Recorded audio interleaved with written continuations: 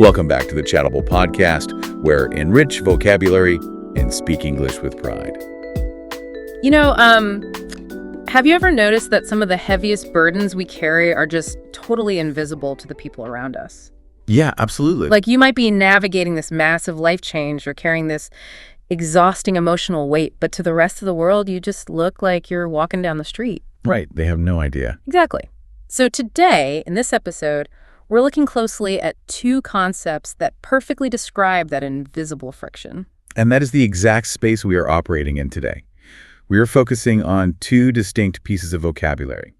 One is a phrase that describes a very specific absolute form of independence. Okay. And the other, well, it's a single word that captures exactly how we frequently strip away the seriousness of someone else's reality. And learning these terms does something really vital. I mean, think about a camera lens that is stuck slightly out of focus.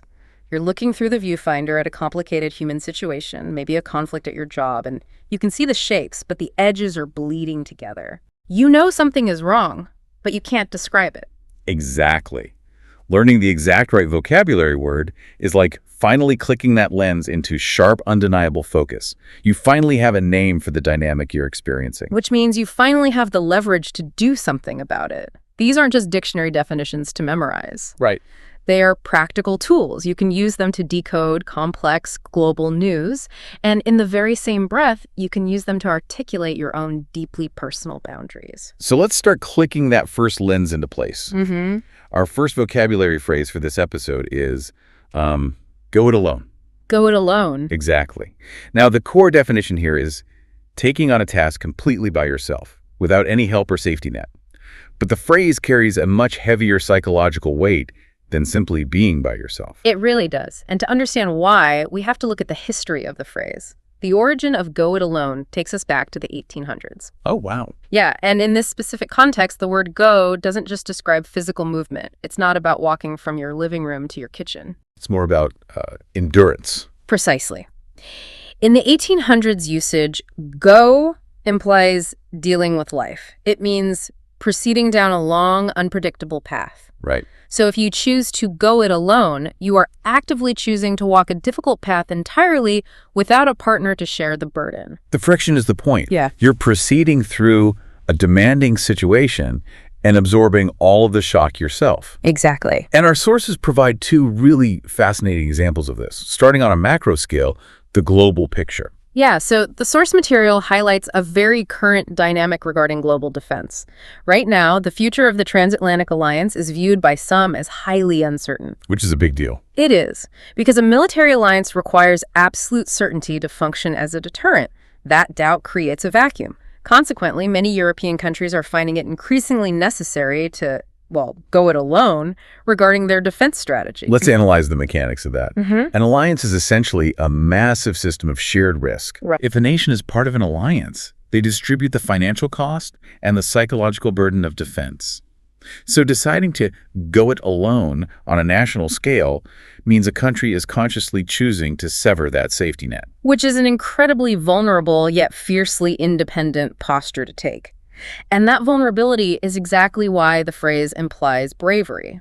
It takes significant resolve to walk that path without a partner. Absolutely. But the exact same psychological mechanism applies when we scale this down to a micro level. Right. The source gives us the personal example of Maria. So Maria was in the process of moving into a new apartment. Yeah. And moving is just universally exhausting. Oh, undeniably. Naturally, her friends offered to help. They offered to act as her temporary alliance. But Maria refused their help. She decided to go it alone. And why do you think she made that specific choice? Because accepting help always comes with a compromise. Like if Maria's friends help her move, they might put the kitchen utensils in the wrong drawer or arrange the living room slightly off-center. Yeah, that's very true. By refusing the help by going it alone, Maria guarantees absolute, total control over her environment. She absorbs the physical exhaustion so she can organize everything exactly how she likes it. That reveals the underlying vibe of this phrase. It is deeply connected to autonomy. When someone is going it alone, they are remarkably strong, brave, or quite frankly, fiercely stubborn. Right. They are determined to author their own experience, like starting a business from scratch or traveling solo. Okay, let's unpack this. So it's the difference between doing a solo climb up a dangerous mountain versus just walking down your own driveway. Yeah. You wouldn't use go it alone for a small everyday chore like going to the grocery store. No, you certainly wouldn't. The language is far too dramatic. The phrase requires a sense of gravity. Right. If you declare you are going it alone to the grocery store, it sounds like you expect to battle wild animals in the produce aisle. Exactly. The stakes have to match the vocabulary. Furthermore, you can't use this phrase if you are just handling one solitary task within a larger team effort. Well, that's a good point. Yeah, if you are part of a team just doing one small task, you aren't going it alone. The phrase demands a total lack of outside help. Right. But, we've been talking about this as a conscious choice. Sometimes people are forced to go it alone and handle their problems by themselves because the people around them refuse to take their struggles seriously. It happens constantly. Which perfectly sets up our second vocabulary word for this episode. Yes. The word is trivialize. Trivialize.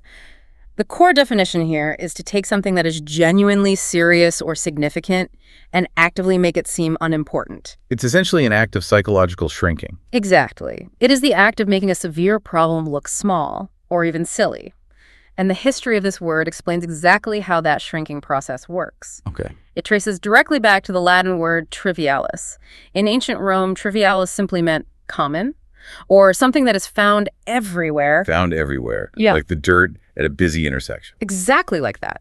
The source points out that trivialis relates to a crossroads. Think about the ground at a major public crossroads. Thousands of people walk over it every single day. Right. Because it is completely ubiquitous, no one stops to examine the dirt there. It holds no special value. Therefore, when you describe something as trivial, you are treating it as being so incredibly common that it no longer deserves any special attention. Wow. The mechanics of that are actually quite brutal. When you trivialize someone's emotional pain, you aren't just ignoring them. You are taking their unique crisis and categorizing it as common dirt. It is a profound invalidation of the reality, and the source material highlights how dangerous this can be, particularly on a macro level within the medical field. There is a well-documented history of women's physical pain being trivialized by medical professionals. Let's unpack the reality of that. A patient comes into a hospital experiencing severe pain.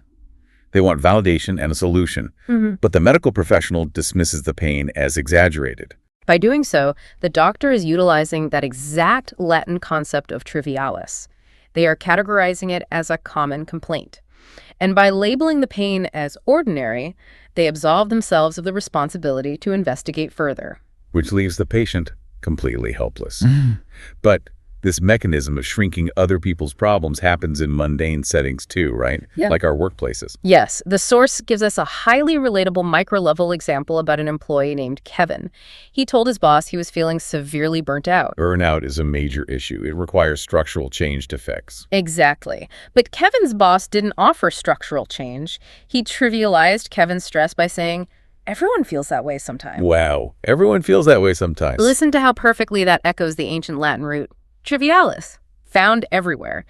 The boss literally used the word everyone to transform Kevin's unique crisis into a common occurrence. But here's where it gets really interesting. Looking at Kevin's boss, is it possible to trivialize someone's feelings by accident? How do you mean? Well, the boss said everyone feels that way. Maybe he thought he was comforting Kevin by making him feel less alone. But by making it sound common, he actually trivialized a serious burnout.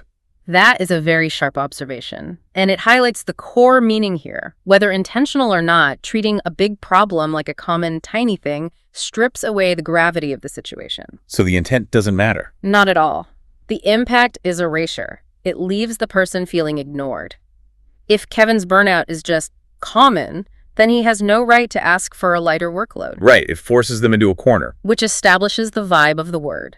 It has an unfair, negative connotation. You use it to complain that someone isn't taking social issues, work problems, or feelings seriously. But you shouldn't use it for things that actually are small, right? Like a spilled glass of water. Correct. The word only has power if there is an actual imbalance of reality. If you spill a glass of water and your friend says, "Oh, don't worry about it," they aren't trivializing your problem. They are just correctly identifying a minor inconvenience. Exactly. The spill truly is a trivial matter. You reserve the word trivialize for when a real substantial issue is being unfairly minimized. So let's quickly recap what we've covered in this episode. We have the strong, independent vibe of going it alone. Right. walking a difficult path without a partner. And we have the negative, unfair vibe of trivializing a problem, shrinking a massive reality down until it seems ordinary. And mastering these words gives you a voice. It allows you to accurately label your own independence or defend your feelings when someone isn't taking you seriously. It's like a shield. Exactly. But I want to leave you with a final thought that bridges these two concepts. Consider this: when someone's genuine concerns are constantly trivialized by the people around them, does it eventually force them to just go it alone? Oh, wow. If the alliance refuses to acknowledge the threat, you have no choice but to drop the alliance. Think about how the words we use and the way we listen might actually shape the actions of the people in our lives. That is a vital lens to carry with you. Pay attention to the intersections where people's realities meet. Thank you so much for joining us for this episode.